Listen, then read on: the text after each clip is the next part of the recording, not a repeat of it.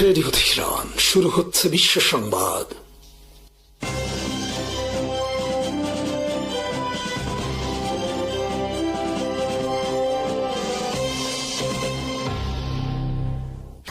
দক্ষিণ চীন সাগরে বড় ধরনের কৌশলগত ত্রুটির কারণে 4 দিন বিদ্যুৎহীন অবস্থায় ছিল যুক্তরাষ্ট্রের নৌবাহিনীর আর্লি বার্ক শ্রেণীর guided missile destroyer USS Benfold.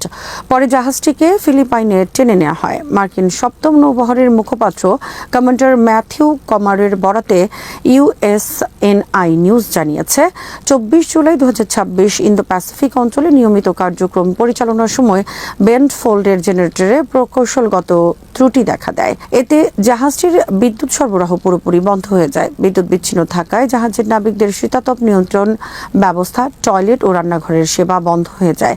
একই সঙ্গে নিরাপদ পানির সরবরাহ ব্যবস্থাও ব্যাহত হয়। তবে এই ঘটনায় কোনো নাবিক আহত হননি। সপ্তম নৌবহর জানায়, কঠিন পরিস্থিতিতেও বেনফোল্ডের নাবিকেরা পেশাদারিত্ব ও দৃঢ়তার সঙ্গে পরিস্থিতি মোকাবেলা করেন। জাহাজটি তখন জর্জ ওয়াশিংটন ক্যারিয়ার স্ট্রাইক গ্রুপের সঙ্গে কাজ করছিল। স্ট্রাইক গ্রুপের অংশ হিসেবে থাকা ইউএসএস রবার্ট স্মলস বিদ্যুৎহীন ডেস্ট্রয়ারটির নাবিকদের জন্য খাবার সরবরাহে সহায়তা করে। পরবর্তীতে বেনফোল্ডকে টেনে ফিলিপাইনে নেওয়া হয়। জাহাজটির জেনারেটরে ঠিক কী ধরনের ত্রুটি হয়েছিল এবং কেন এমন গুরুতর বিদ্যুৎ বিপর্যয় ঘটল তা জানতে মার্কিন নৌবাহিনী তদন্ত শুরু করেছে। তদন্ত এখনো চলমান। ঘটনাটি যুক্তরাষ্ট্রের অত্যাধুনিক যুদ্ধজাহাজগুলোর প্রকৌশল ও রক্ষণাবেক্ষণ সক্ষমতা নিয়ে নতুন করে প্রশ্ন তুলেছে। তবে তদন্ত শেষ না হওয়া পর্যন্ত ত্রুটির নির্দিষ্ট কারণ বা এর সম্ভাব্য প্রভাব সম্পর্কে কোনো চূড়ান্ত সিদ্ধান্তে পৌঁছানো যাচ্ছে না। উত্তর সিরিয়ার ইদলিব প্রদেশের পূর্বাঞ্চলে অবস্থিত আবু আল জুহুর সামরিক বিমান ঘাঁটিতে 4 দফা বিমান হামলার ঘটনা ঘটেছে। আল জাজিরার প্রতিবেদনে বলা হয়েছে, হামলায় বিমান ঘাঁটিটির বিভিন্ন স্থাপনা লক্ষ্যবস্তু করা হয়েছে। তবে হামলাগুলোতে কী ধরনের ক্ষয়ক্ষতি হয়েছে বা হতাহতের ঘটনা ঘটেছে কিনা সে বিষয়ে তাৎক্ষণিকভাবে বিস্তারিত তথ্য পাওয়া যায়নি। স্থানীয় সূত্রগুলোর বরাতে জানা গেছে, পরপর 4টি বিমান হামলা চালানো হয়। তবে এসব হামলা কোন দেশের যুদ্ধ বিমান থেকে পরিচালিত হয়েছে তা এখনও নিশ্চিত হওয়া যায়নি। কিছু সূত্র দাবি করছে, হামলায় ইসরায়েলি যুদ্ধ বিমান জড়িত থাকতে পারে, যদিও এই দাবির পক্ষে এখনও স্বাধীনভাবে যাচাই করা কোনো প্রমাণ প্রকাশিত হয়নি। আবু আল জুহুর সামরিক বিমান ঘাঁটি ইদলিবের পূর্বাঞ্চলে একটি গুরুত্বপূর্ণ সামরিক স্থাপনা হিসেবে পরিচিত। সিরিয়ার দীর্ঘস্থায়ী সংঘাতের সময় এই এলাকাটি বিভিন্ন সশস্ত্র গোষ্ঠী ও সরকারি বাহিনীর মধ্যে সংঘর্ষের গুরুত্বপূর্ণ কেন্দ্র ছিল। ফলে সামরিক স্থাপনাটিতে নতুন করে বিমান হামলার ঘটনা উত্তর সিরিয়ার নিরাপত্তা পরিস্থিতি নিয়ে নতুন করে উদ্বেগ তৈরি করেছে। হামলার পেছনে কারা রয়েছে এবং ঠিক কী লক্ষ্যবস্তুতে আঘাত করা হয়েছে তা নিয়ে এখনও স্পষ্ট কোনো তথ্য পাওয়া যায়নি। সিরিয়ার পক্ষ থেকেও হামলার দায় বা উৎস সম্পর্কে তাৎক্ষণিকভাবে নিশ্চিত কোনো বক্তব্য আসেনি। 1982 সালের লেবানন যুদ্ধে নিখোঁজ হওয়া ইসরায়েলি সেনা ইয়েহুদা কাটজের দেহাবশেষ 44 বছর পর উদ্ধার করে ইসরায়েলে ফিরিয়ে নেওয়া হয়েছে। ইসরায়েলি সরকারি সম্প্রচার মাধ্যম কান জানিয়েছে, দীর্ঘদিন ধরে নিখোঁজ থাকা এই সেনার সন্ধান অবশেষে শেষ হয়েছে। তবে দেহাবশেষ কোথা থেকে এবং কিভাবে উদ্ধার করা হয়েছে সে বিষয়ে বিস্তারিত কোনো তথ্য প্রকাশ করা হয়নি। ইয়েহুদা কাটজ 1982 সালের 11 জুন লেবাননের বেকা উপত্যকার সুলতান ইয়াকুবের নিখোঁজ হন। ওই সময় লেবাননে ইসরায়েলের সামরিক অভিযান চলছিল। যুদ্ধের সময় কাজ সহ 3 ইসরায়েলি সেনার কোনো সন্ধান পাওয়া যায়নি। দীর্ঘ 4 দশকেরও বেশি সময় পর কাজী ছিলেন ওই 3 জনের মধ্যে সর্বশেষ নিখোঁজ সেনা, যার ভাগ্যে উদ্ধার হওয়ার ঘটনা ঘটল। সুলতান ইয়াকুবের যুদ্ধ ইসরায়েলের লেবানন আক্রমণের অন্যতম গুরুত্বপূর্ণ সংঘর্ষ হিসেবে বিবেচিত হয়। ওই যুদ্ধে ইসরায়েলি বাহিনী সিরীয় ও ফিলিস্তিনি যোদ্ধাদের সঙ্গে তীব্র লড়াইয়ে জড়িয়ে পড়ে। যুদ্ধের পর কয়েকজন ইসরায়েলি সেনার নিখোঁজ হওয়া নিয়ে বহু বছর ধরে অনুসন্ধান চালানো হয়। এর আগে নিখোঁজ 3 সেনার মধ্যে জাকারি বাউমেলের দেহাবশেষ 2019 সালের এপ্রিলে ইসরায়েলে ফিরিয়ে আনা হয়। তার দেহাবশেষ উদ্ধারের অভিযানে রাশিয়ার সহযোগিতা ছিল। এরপর 2025 সালের মে মাসে আরেক সেনা জোভি ফেল্ডম্যানের দেহাবশেষ উদ্ধার করা হয়। ইসরায়েলি কর্মকর্তারা জানিয়েছিলেন, মোসাদের একটি গোপন অভিযানের মাধ্যমে তার সন্ধান পাওয়া যায়। ইয়েহুদা কাটজের দেহাবশেষ উদ্ধারের মধ্য দিয়ে 1982 সালের ওই যুদ্ধের পর নিখোঁজ থাকা 3 ইসরায়েলি সেনার সন্ধান পাওয়ার দীর্ঘ প্রক্রিয়া সমাপ্তি ঘটল। 44 বছর ধরে চলা অনুসন্ধানের অবসান ইসরায়েলি সামরিক বাহিনী ও নিখোঁজ সেনাদের পরিবারগুলোর জন্য গুরুত্বপূর্ণ ঘটনা হিসেবে দেখা হচ্ছে। মধ্যপ্রাচ্যে যুদ্ধের অন্যতম মধ্যস্থতাকারী ওমানকে বোমা হামলার হুমকি দিয়েছেন মার্কিন প্রেসিডেন্ট ডোনাল্ড ট্রাম্প। সোমবার ফক্স নিউজের সাংবাদিক ট্রে ইয়ং স্টকে দেয়া এক সাক্ষাৎকারে ট্রাম্প বলেন, ইরানের সঙ্গে যুক্তরাষ্ট্রের চুক্তির পথে ওমান বাধা হয়ে দাঁড়ালে দেশটিতে হামলা চালানো হবে। ইরান ও ওমান কয়েক সপ্তাহ ধরে হরমুজ প্রণালীতে জাহাজ চলাচল স্বাভাবিক করার বিষয়ে আলোচনা করছে। তেহরান জানিয়েছে দুই দেশ একটি যৌথ ঘোষণার বিষয়ে কাজ করছে। ইরানের পররাষ্ট্র মন্ত্রণালয়ের মুখপাত্র ইসমাইল বাখাই জানান, জাহাজ চলাচলের জন্য নির্ধারিত রুটের মানচিত্র নিয়ে একটি সমঝোতায় পৌঁছানো হয়েছে। প্রস্তাবিত ব্যবস্থায় ইরানের কাছাকাছি একটি রুট দিয়ে জাহাজ প্রবেশ এবং ওমানের কাছাকাছি রুট দিয়ে বের হওয়ার কথা রয়েছে। অন্তর্বর্তী সময়ে এর জন্য কোনো ফি বা টোল নেওয়া হবে না বলেও জানা গেছে। তবে হরমুজ প্রণালীর নিয়ন্ত্রণ নিয়ে ওয়াশিংটন ও তেহরানের মধ্যে তীব্র বিরোধ চলছে। ট্রাম্প দাবি করেছেন প্রণালীটি যুক্তরাষ্ট্রের নিয়ন্ত্রণে রয়েছে এবং ভবিষ্যতে এটিকে মার্কিন ভূখণ্ডের অংশ করার কথাও বলেছেন। বিপরীতে তেহরান জানিয়েছে হরমুজ ইরানেরই থাকবে। এদিকে জুনে করা যুক্তরাষ্ট্র ইরান সমঝোতার 60 দিনের সময়সীমা সোমবার শেষ হয়েছে। চুক্তিতে সামরিক অভিযান বন্ধ, হরমুজ পুনরায় খুলে দেয় এবং ইরানের পারমাণবিক কর্মসূচি নিয়ে স্থায়ী সমাধানের লক্ষ্যে আলোচনা শুরুর কথা ছিল। কিন্তু সময়সীমা শেষ হলেও উভয় পক্ষের মধ্যে কোনো স্থায়ী সমঝোতা হয়নি। ট্রাম্প আবারও বলেছেন, ইরান কোনোভাবেই পারমাণবিক অস্ত্র অর্জন করতে পারবে না। তিনি ইরানকে আত্মসমর্পণের আহ্বানও জানিয়েছেন। ফলে যুদ্ধ বন্ধ ও হরমুজ প্রণালী নিয়ে সমঝোতার পরিবর্তে যুক্তরাষ্ট্র ও ইরানের অবস্থান আরও কঠোর হওয়ার আশঙ্কা তৈরি হয়েছে। গাজায় যুদ্ধ বন্ধে যুক্তরাষ্ট্রের প্রেসিডেন্ট ডোনাল্ড ট্রাম্পের দূত ও জামাতা জ্যারেড কুশনারের কূটনৈতিক তৎপরতায় বড় কোনো অগ্রগতি হয়নি। সোমবার জেরুজালেমে ইসরায়েলি প্রধানমন্ত্রী বেনিয়ামিন নেতানিয়াহুর সঙ্গে প্রায় 4 ঘণ্টার বৈঠক শেষে কুশনার বলেন, আলোচনা ভালো হয়েছে। এর আগে মিশরে হামাসের রাজনৈতিক নেতার সঙ্গেও বৈঠক করেন তিনি। গাজা যুদ্ধ বন্ধে ট্রাম্পের প্রস্তাবিত 15 দফা রোডম্যাপ বাস্তবায়নের চেষ্টা করছে যুক্তরাষ্ট্রের তৈরি বোর্ড অফ পিস। পরিকল্পনায় হামাসের ধাপে ধাপে নিরস্ত্রীকরণ এবং ইসরায়েলি সেনাদের পর্যায়ক্রমে গাজা থেকে প্রত্যাহারের কথা রয়েছে। কুশনারের দাবি, আগামী 30 দিনের মধ্যেই হামাসের অস্ত্র সরিয়ে নেওয়ার প্রক্রিয়া শুরু হতে পারে। পাশাপাশি 60 থেকে 90 দিনের মধ্যে গাজার কিছু টানেল বন্ধ করার কাজও শুরু হতে পারে বলে আশা প্রকাশ করেন তিনি।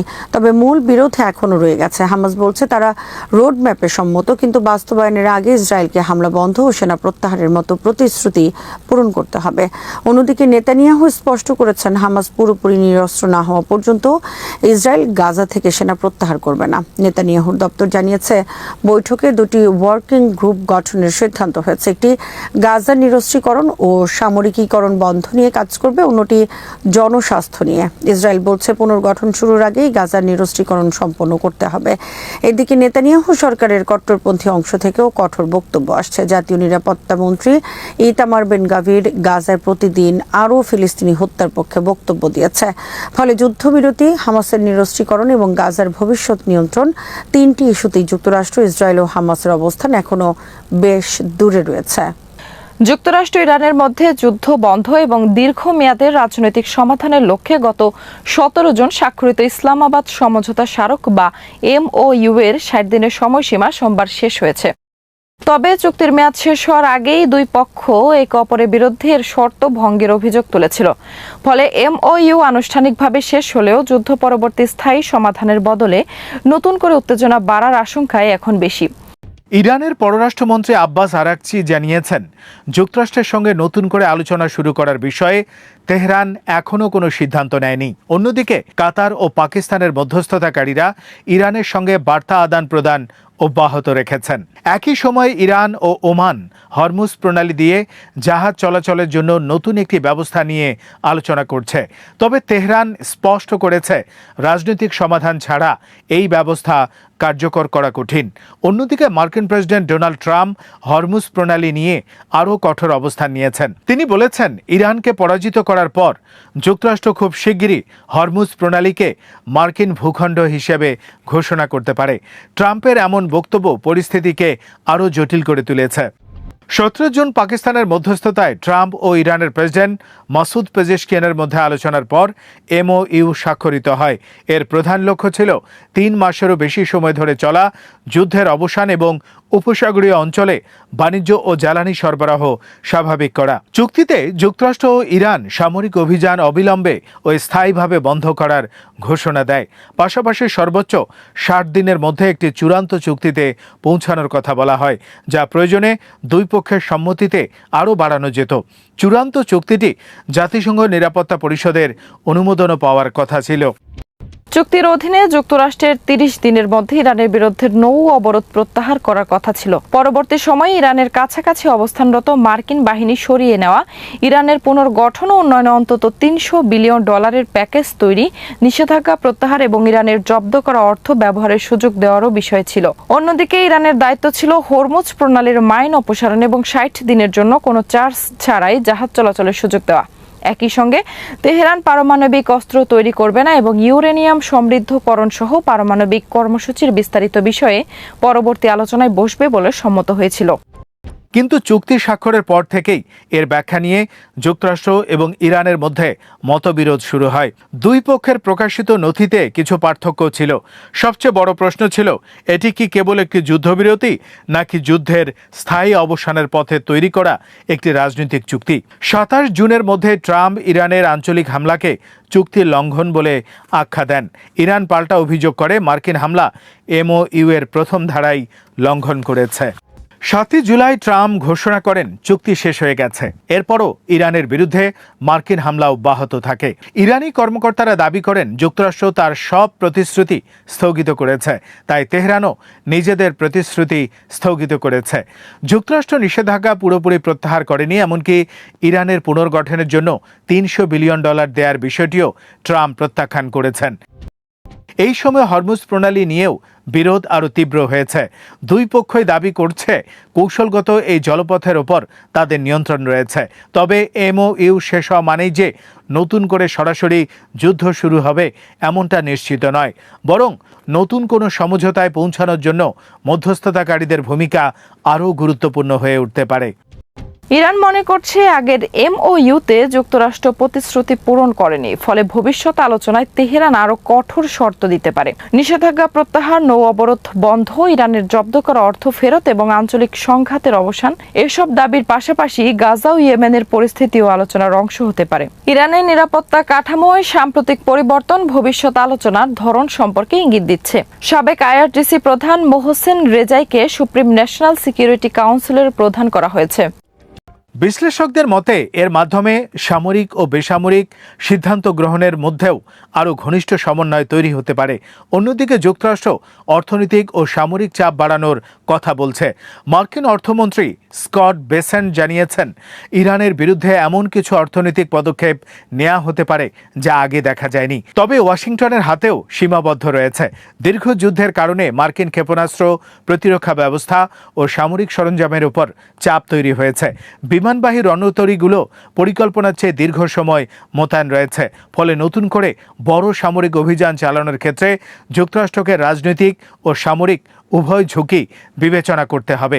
হরমুজ প্রণালীও ইরানের অন্যতম বড় কৌশলগত হাতিয়ার হয়ে উঠেছে। বিশ্বের গুরুত্বপূর্ণ জ্বালানি পরিবহন পথ হিসাবে এই জলপথে চলাচল ব্যাহত হলে বৈশ্বিক তেলবাজার ও আন্তর্জাতিক বাণিজ্যে বড় ধরনের প্রভাব পড়বে। ফলে যুক্তরাষ্ট্র যতই চাপ বাড়াক, হরমুজকে ঘিরে ইরানের পাল্টা অর্থনৈতিক চাপ উপেক্ষা করা কঠিন। সব মিলিয়ে ইসলামাবাদ MOU এর মেয়াদ শেষ হওয়া কূটনৈতিক প্রক্রিয়ার শেষ নয়, বরং নতুন দর কষাকষির সূচনা হতে পারে। ইরান এখন আগের চেয়ে শক্ত অবস্থানে থেকে আলোচনায় ফিরতে চাইবে, আর যুক্তরাষ্ট্র অর্থনৈতিক ও কৌশলগত চাপ ব্যবহার করে তেহরানকে ছাড় দিতে বাধ্য করার চেষ্টা করবে।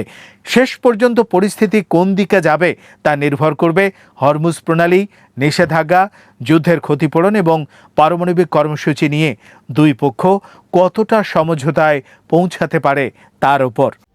ইরানের পার্লামেন্ট স্পিকার মোহাম্মদ বাঘের গালিভা ইতোমধ্যে দাবি করেছেন যুদ্ধটিতে ইরান সামরিক ও রাজনৈতিক উভয় দিক থেকেই বিজয়ী হয়েছে। অন্যদিকে ওয়াশিংটনের কঠোর অবস্থান বলছে যুক্তরাষ্ট্র চাপ কমানোর অবস্থানে নেই, তাই আপাতত যুদ্ধের চেয়ে কঠিন কূটনৈতিক দর কষাকষি সামনে সবচেয়ে সম্ভাব্য পথ। যদিও ভুল হিসাব বা নতুন কোনো সামরিক ঘটনা পরিস্থিতিকে আরও সংঘাতের দিকে ঠেলে দিতে পারে। GPS কিংবা অন্য কোনো স্যাটেলাইট নেভিগেশন ব্যবস্থা অকার্যকর হয়ে গেলেও হাইপারসনিক অস্ত্রকে পথ দেখানোর প্রযুক্তি তৈরি করেছে চীন। দেশটির গুয়াংডু অ্যারোস্পেস রিসার্চ একাডেমির নেতৃত্বে তৈরি একটি তারাভিত্তিক নেভিগেশন বা সেলেস্টিয়াল নেভিগেশন সিস্টেম হাইপারসনিক গতিতে চলমান যানকে দিক নির্দেশনা দিতে সক্ষম বলে দাবি করা হয়েছে। প্রকল্পটি গত 10 আগস্ট বিশেষজ্ঞদের চূড়ান্ত পর্যালোচনা পাশ করেছে বলে চীনা প্রতিষ্ঠানের প্রতিবেদনের বরাত দিয়ে জানিয়েছে সাউথ চায়না মর্নিং পোস্ট। প্রযুক্তিটির গুরুত্ব সবচেয়ে বেশি হাইপারসনিক অস্ত্রের ক্ষেত্রে।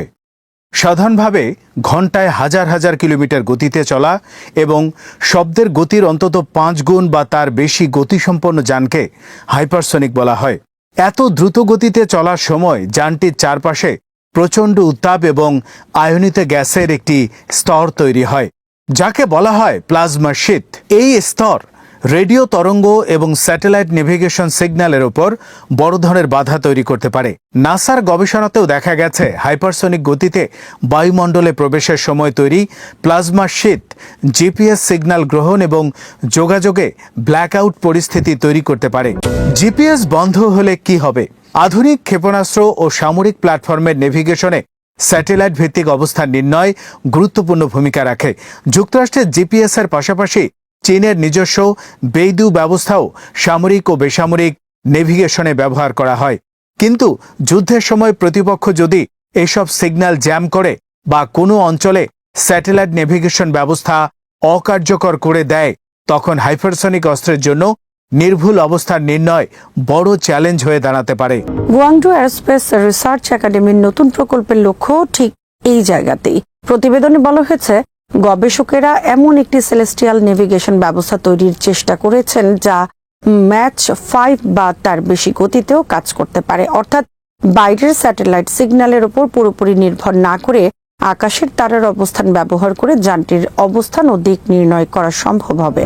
সবচেয়ে বড় বাধা প্লাজমা শীত। তারার আলো ব্যবহার করে নেভিগেশন করার নতুন কোনো ধারণা নয়। বিমান, জাহাজ এবং মহাকাশযানে দীর্ঘদিন ধরে সেলেস্টিয়াল নেভিগেশন ব্যবহার হয়ে আসছে, কিন্তু হাইপারসনিক যানকে ঘিরে সমস্যাটি অনেক বেশি জটিল। যানটি যখন মাক 5 বা তার বেশি গতিতে বায়ুমণ্ডলের মধ্য দিয়ে ছুটে যায়, তখন তার সামনে থাকা বাতাস প্রচণ্ডভাবে সংকুচিত এবং উত্তপ্ত হয়। এর ফলে বাতাসের অণু ভেঙে আয়নিত হয়ে যানটির চারপাশে প্লাজমা আবরণ তৈরি করে। এই প্লাজমা তড়িৎ চৌম্বকীয় তরঙ্গের গতিপথ ও শক্তিকে প্রভাবিত করতে পারে। ফলে বাইরে থেকে তারার আলো সেন্সরে পৌঁছালেও সেটি বিকৃত হয়ে যেতে পারে। সাম্প্রতিক বৈজ্ঞানিক গবেষণাতেও হাইপারসনিক যানকে ঘিরে প্লাজমা শীতের কারণে যোগাযোগ ও তড়িৎ চুম্বকীয় সংকেতের ওপর জটিল প্রভাবের কথা উঠে এসেছে। চীনা গবেষকদের মূল চ্যালেঞ্জ ছিল সেই বিকৃতির মধ্যেও তারাকে শনাক্ত করা এবং তার অবস্থান থেকে নেভিগেশনের জন্য প্রয়োজনীয় তথ্য বের করা।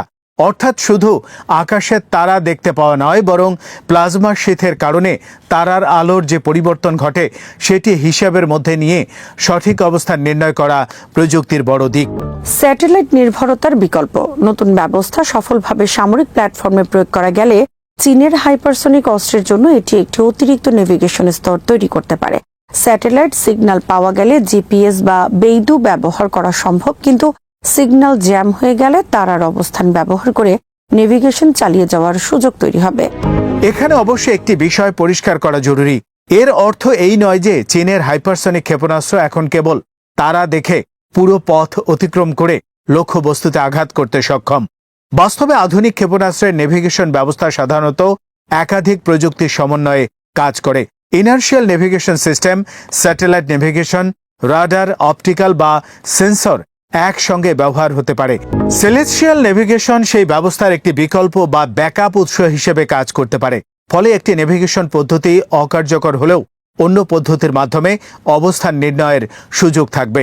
চীন, যুক্তরাষ্ট্র ও রাশিয়ার মধ্যে হাইপারসনিক প্রযুক্তি নিয়ে দীর্ঘদিন ধরে প্রতিযোগিতা চলছে। হাইপারসনিক অস্ত্রের ক্ষেত্রে শুধু গতি বাড়ানোই যথেষ্ট নয়, নির্ভুল নেভিগেশন, তাপ নিয়ন্ত্রণ, যোগাযোগ এবং লক্ষ্যবস্তুর দিকে শেষ পর্যায়ে কৌশল পরিবর্তনের সক্ষমতাও গুরুত্বপূর্ণ। এই কারণে প্লাজমা শীতের সমস্যা সমাধানকে হাইপারসনিক প্রযুক্তির অন্যতম গুরুত্বপূর্ণ গবেষণা ক্ষেত্র হিসেবে দেখা হচ্ছে। সাম্প্রতিক গবেষণায় প্লাজমা স্তর নিয়ন্ত্রণ, যোগাযোগের ব্ল্যাকআউট কমানো এবং প্লাজমার মধ্য দিয়ে সংকেত পাঠানোর বিভিন্ন পদ্ধতি নিয়েও কাজ চলছে। চীনের নতুন সেলেস্টিয়াল নেভিগেশন প্রকল্প সেই বৃহত্তর প্রযুক্তিগত প্রতিযোগিতারই অংশ। বিশেষজ্ঞদের চূড়ান্ত পর্যালোচনা পাশ করার দাবি থেকে বোঝা যায় গবেষণাটি অন্তত পরীক্ষামূলক ও প্রকৌশলগত পর্যায়ে উল্লেখযোগ্য অগ্রগতি করেছে। তবে এটি বাস্তবে কোনো ধরনের ক্ষেপণাস্ত্র মোতায়েন হয়েছে কিনা, তার নির্ভুলতা কত এবং যুদ্ধক্ষেত্রে কতটা কার্যকর, এসব প্রশ্নের উত্তর এখনও প্রকাশ্য তথ্য থেকে নিশ্চিতভাবে পাওয়া যায়নি। তারপরও সামরিক প্রযুক্তির দৃষ্টিকোণ থেকে বার্তাটি গুরুত্বপূর্ণ। ভবিষ্যতের যুদ্ধে যদি স্যাটেলাইট নেভিগেশন ব্যবস্থা ব্যাপকভাবে জ্যাম বা অকার্যকর করা হয়, তাহলে যে পক্ষ বিকল্প নেভিগেশন ব্যবস্থা কার্যকর রাখতে পারবে তারা বড় সুবিধা পেতে পারে। আর হাইপারসনিক অস্ত্রের ক্ষেত্রে যেখানে কয়েক সেকেন্ডের নেভিগেশন ত্রুটিও লক্ষ্যভেদে বড় প্রভাব ফেলতে পারে, সেখানে জিপিএস এর বাইরে গিয়ে নিজস্বভাবে অবস্থান নির্ণয়ের সক্ষমতা চীনের হাইপারসনিক কর্মসূচিতে একটি গুরুত্বপূর্ণ নতুন অধ্যায় হিসেবে বিবেচিত হচ্ছে। শ্রোতা বন্ধুরা, বিশ্ব সংবাদে এই ছিল আমাদের সর্বশেষ আয়োজন। সঙ্গে থাকার জন্য আপনাদের সবাইকে অসংখ্য ধন্যবাদ।